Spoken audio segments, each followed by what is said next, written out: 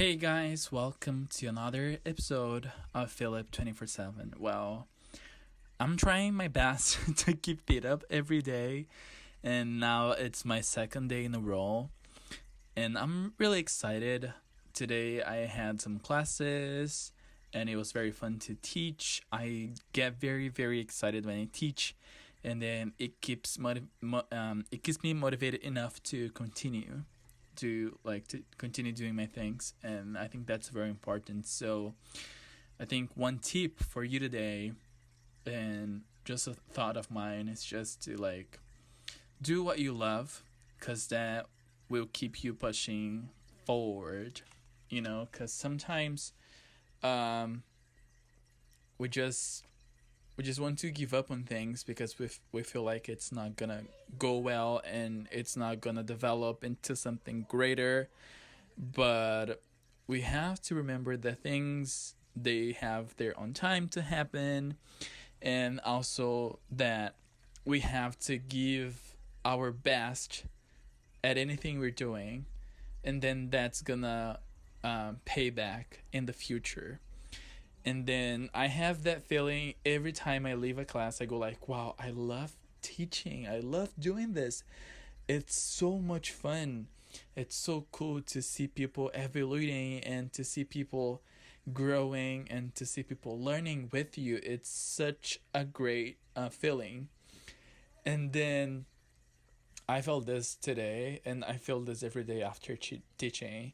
I do confess that before teaching, sometimes I'm like, oh, I'm a little bit, not motivated enough.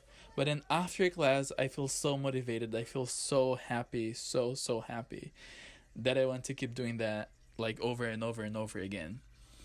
And I think that's going to be my motivation tip for you today, to just keep doing what you love, and it's going to pay off.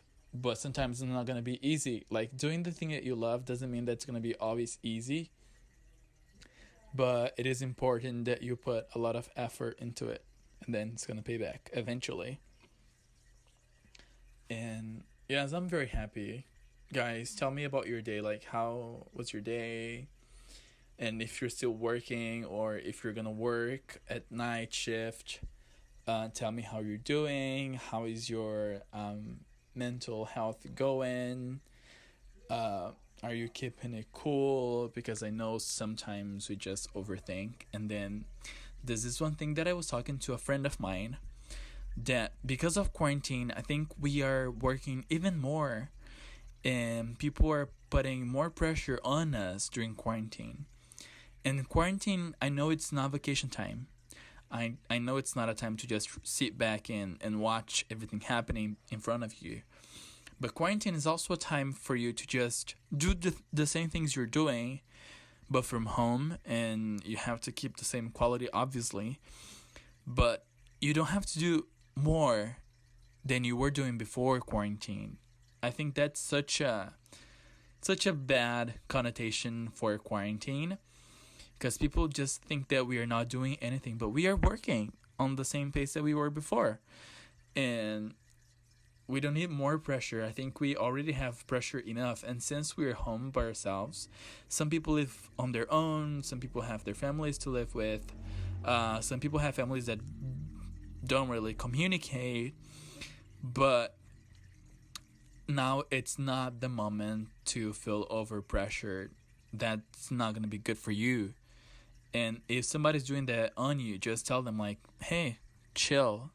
We're in quarantine. We are not at a war. And we have to produce the same things that we should produce. Not more. Why are we trying to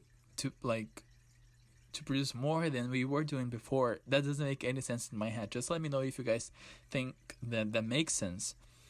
Because that for me doesn't make any sense. People pressuring you to produce even more than they were producing before quarantine. That doesn't make any sense. Not at all. So just try to think with me. I have to produce the same way I was producing. If I can produce in a better way because I'm home, produce in a better way. But that doesn't mean that you have to overproduce. And that doesn't mean that you have to overthink, because then that's what happens. You're producing, then people charge you even more to produce more and more and more and more and more. And then you overthink, because you go like, I'm not being enough. And then home, how will I produce after this thing is all over? And I know that for some of you, it might be difficult to adjust working from home. Like, believe me, I'm working from home since August because I opened my own online school.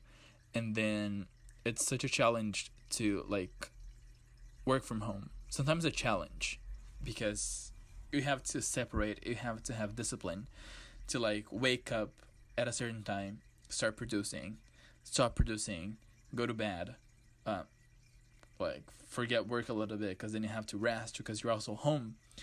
Like, so setting up schedules to work from home sometimes is a little bit difficult. I get that. But just don't overthink. It's gonna all get together once this is all over. And now it's not a time to feel overpressured. Believe me, that's too bad. And then that's what I've been doing. Like, I've been working home since August, so I'm creating my own schedule based on the things that I need to get done and the attention that I need to give to my students. So it is very, very, very important that we keep that up. Don't let it down.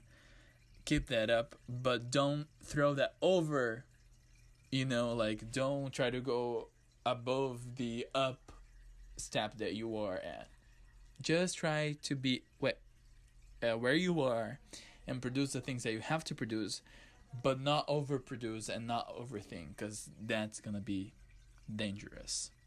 So, and I also get that there are some like companies and bosses that they just want to be bossy and they want to overproduce even during quarantine, and that doesn't make any sense. Jesus help me. That doesn't make any sense. But I know that they want to produce more now just to prove someone, prove their, I don't know, supervisors, managers, CEOs, I don't know. They want to prove someone that they can produce even more during quarantine, and that's just like a huge mistake, right? So keep that in mind. Don't produce too much. Produce what you have to produce, and don't overthink. I know that's hard, and I believe me, I am going through the same tough stuff that you guys are going through, but we're gonna make it through, and it's gonna be all over soon. So guys, thank you very much for listening to me. It's a pleasure to be in your house, in your place, in your bedroom, in your kitchen, in your bathroom. It's a pleasure to be there, and I hope you share your opinions and thoughts back with me. I'll see you tomorrow.